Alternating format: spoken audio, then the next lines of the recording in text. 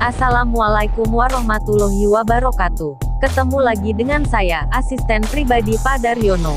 Saya disuruh Pak Daryono untuk menggantikan mengajar daring. Karena Pak Dar lagi ngoprek laptopnya. Karena materi PAT sampai statistika maka saya disuruh Pak Dar menerangkan pendahuluannya. Nanti Pak Dar membahas soal-soalnya. Oke, apakah sudah siap? Jangan lupa siapkan pulpen dan buku jika diperlukan untuk coret-coret.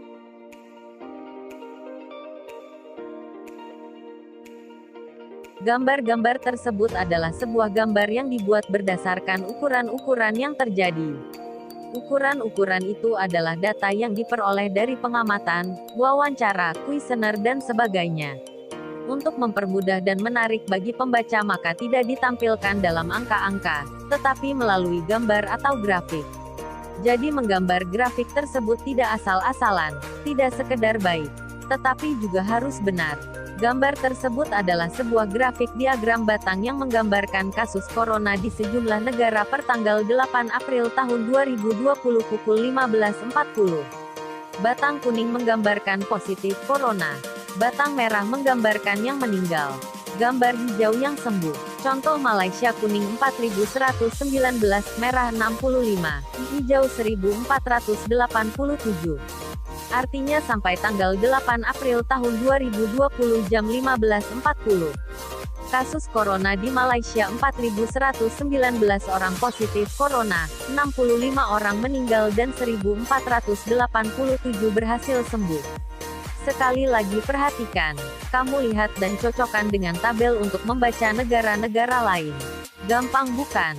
Oh ya, kalau grafik tersebut angka diletakkan di atas batang. Umumnya angka atau ukuran terletak pada sumbu vertikal. Lebih lanjut nanti akan kita pelajari. Sedangkan gambar ini adalah diagram berbentuk garis. Maka disebut diagram garis. Biasanya menggambarkan data yang berkesinambungan, sehingga mudah menyimpulkan data itu mengalami kenaikan atau penurunan terhadap waktu atau yang diukur pada sumbu horizontal. Masih grafik kasus corona, tetapi itu di Indonesia. Jadi judul diagram harus jelas, minimal ada apa yang didiagramkan, di mana, kapan. Perhatikan antara tanggal 17 sampai dengan tanggal 18 Maret melonjak 227 dari 172 sama dengan 55 kasus. Dan garisnya juga curam, dan jika tidak ada lonjakan garisnya juga landai. Menarik dan mudah, dan benar. Kalau sudah mampu membaca grafik tersebut, berarti kamu sudah sedikit mengerti dan memahami kegiatan dalam statistika. Statistika adalah salah satu cabang matematika yang mempelajari bagaimana mengumpulkan data, menyajikan data, mengolah data, menganalisis dan menafsirkan. Selanjutnya diambil keputusan, perencanaan dan kesimpulan dengan benar. Semua dilakukan secara sistematis dan ilmiah.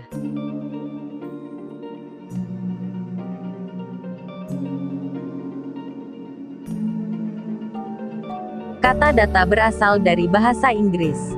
Bersifat majemuk, bentuk tunggalnya disebut datum. Datum adalah keterangan atau informasi yang diperoleh dari suatu objek kejadian, atau dari narasumber. Sedangkan data adalah kumpulan dari datum.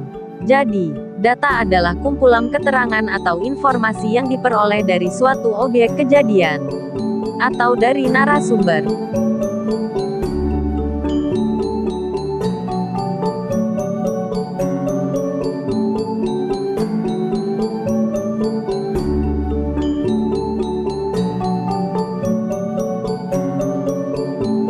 Dalam mengambil data sebuah penelitian, kadang kita tidak bisa mengambil data dari semua objek data, maka diambillah contoh yang bisa mewakili data yang akan kita teliti. Contoh yang diambil itu sebagai sampel yang mewakili keseluruhan. Keseluruhan itu disebut populasi. Jadi, sampel atau contoh atau cuplikan merupakan bagian dari populasi yang dipelajari dalam suatu penelitian dan hasilnya akan dianggap menjadi gambaran bagi populasi asalnya, tetapi bukan populasi itu sendiri. Sampel dianggap sebagai perwakilan dari populasi yang hasilnya mewakili keseluruhan gejala yang diamati. Sampel adalah himpunan bagian dari populasi.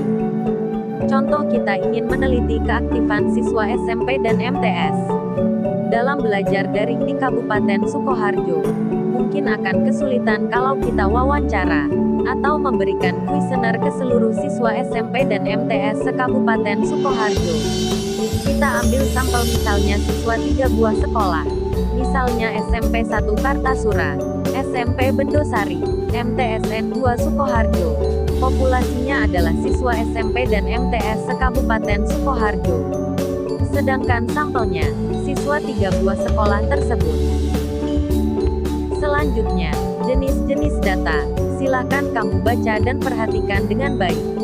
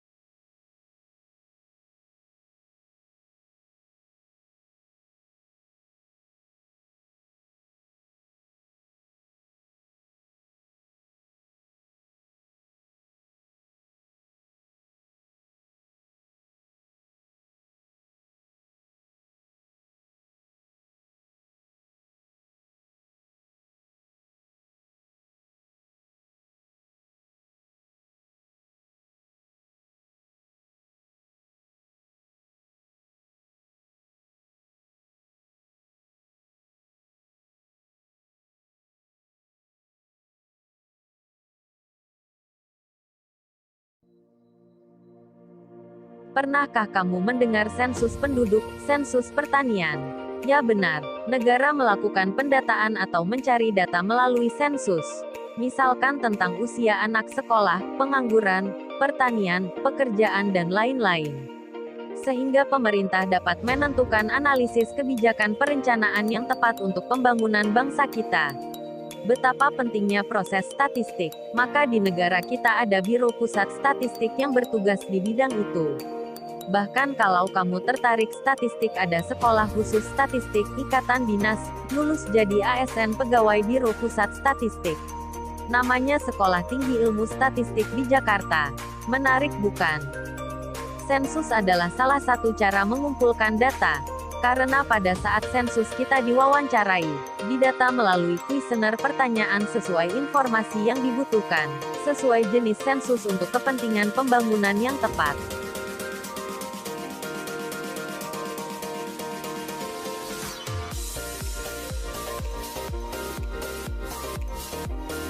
Selanjutnya akan diteruskan oleh Pak Dar.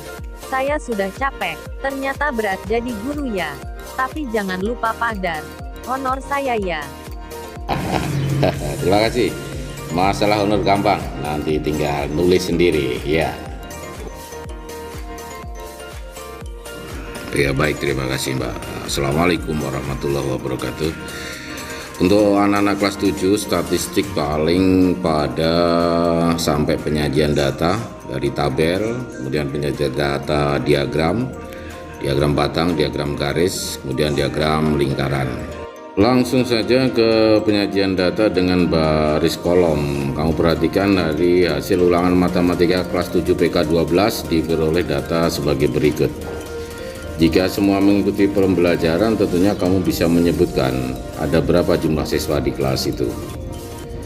Ya benar, ada 30 siswa. 30 siswa itu nantinya dinamakan banyak seluruh data. Kita juga bisa menyusun data dalam bentuk tabel dengan menyusun nilai-nilai yang ada, kemudian perolehan nilai. Yang kita lihat di situ 40 paling rendah, 100 paling tinggi. Nah, kita susun, kemudian kita pilah-pilahkan menjadi yang dapat nilai 40 ada 2 anak, 45 1 anak, dan seterusnya sampai yang dapat 101 anak. Sehingga total 30 anak, itulah jumlah siswa kelas 7 PK 12. Pada tabel tertulis banyaknya siswa. Dalam statistik itu biasa dinamakan frekuensi. Frekuensi adalah berapa kali data itu muncul. Dari tabel itu kita sudah bisa membuat soal. Jika KKM Matematika kelas 7 74, berapakah siswa yang masih di bawah KKM? Tentunya yang di bawah KKM adalah siswa yang nilainya di bawah 74. Ada nilai 70, 65, 60, 55, 50, 45, dan 40. Nah, kalau kita jumlahkan ada 13 anak, lihat tabel.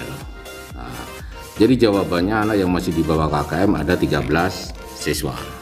Penyajian data berikutnya adalah dengan diagram batang. Penyajian data dengan menggunakan gambar batang atau balok disebut diagram batang. Untuk menggambarnya diperlukan sumbu datar dan sumbu tegak. Sumbu tegak atau sumbu vertikal adalah sumbu yang menyatakan frekuensi atau banyaknya data yang muncul, sedangkan sumbu horizontal adalah nilainya. Skala pada sumbu tegak dan datar tidak perlu sama. Marilah kita berlatih menggambar diagram batang. Diketahui data perolehan nilai tertinggi pada mata pelajaran matematika MTS Maju Tak Gentar sebagai berikut. Perhatikan tabel data dan hasil setelah tergambar dalam diagram batang.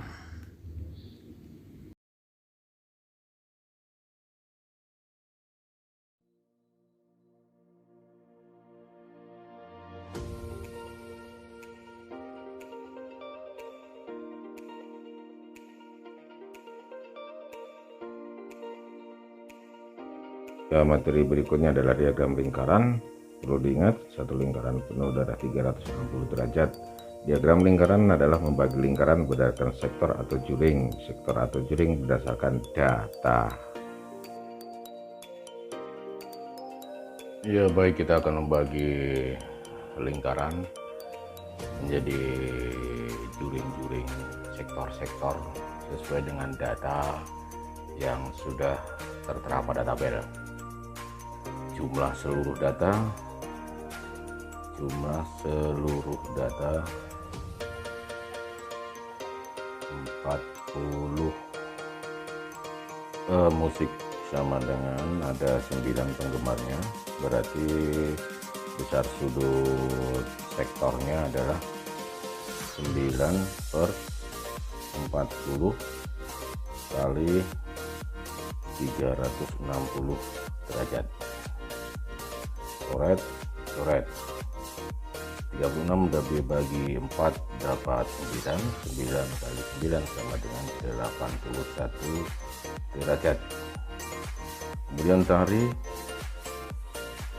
sama dengan 5, ada 5 anak, berarti sudutnya, sudut sektornya 5/40 kali 360 derajat sama dengan coret 36 dibagi 4 9 kali 5 45 derajat.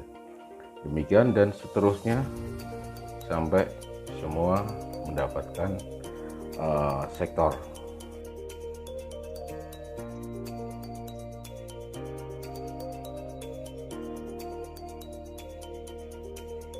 Selanjutnya tinggal menggambar diagram lingkaran, satu lingkaran, kemudian kita bagi dengan menggunakan usul derajat atau perkiraan. Misalkan itu 81 derajat, kalau siku-siku itu segitu berarti 81 lebih kecil dari 90 derajat. Nah, dan seterusnya semua tergambar. Nantinya akan lebih indah jika tiap-tiap sektor itu diberi warna yang berbeda. Jadilah diagram lingkaran yang bagus.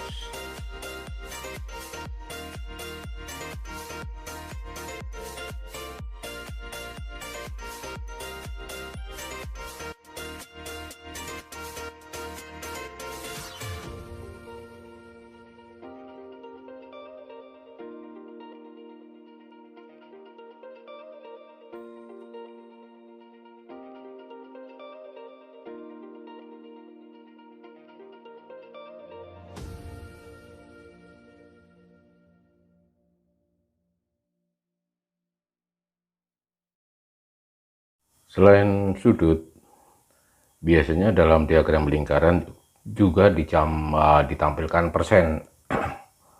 Kalau sudut berarti sebagai perkalian pembandingnya itu adalah 360 derajat, karena satu lingkaran 360 derajat. Kalau persen berarti kalau utuh 100%. Jadi kalau musik berarti 9 dibagi 40 kali 100%. Nah, coret. Jadi berapa nih? 90 dibagi 4 sama dengan 22,5%. Tari 5/40 kali 100%, 50 bagi 4 sama dengan 12,48, sisa 2/4 sama dengan 12,5%. Intinya kalau mencari persentase berarti sebagai pengalinya adalah 100% utuh satu lingkaran. Kalau dicari sudut sektornya berarti dikalikan 360 derajat. Satu lingkaran utuh 360 derajat. Lanjutkan dengan diagram garis. Diagram garis ini sama seperti diagram yang lain, cuma diagram ini digambarkan dengan garis yang menghubungkan antara titik-titik data. Biasanya digunakan untuk data-data yang kontinu, sehingga akan kelihatan perkembangan dari ke waktu ke waktu melalui landai atau curamnya dari garis yang menghubungkan titik data ke titik data berikutnya. Ini biasanya digunakan untuk misalkan memantau perkembangan balita, data tinggi badan anak, data hasil panen dari ke waktu ke waktu, atau bahkan seperti yang sudah kita lihat data wabah COVID-19 seperti grafik yang sudah kita sampaikan pada pertemuan kita tentang COVID-19. Waduh, durasinya kelamaan ini. Baik, kita akhiri sampai di sini dulu. Nanti latihan soal-soal kita buatkan video lagi yang baru. Terima kasih atas perhatian dan belajarnya. Tetap semangat. Dan assalamualaikum warahmatullahi wabarakatuh.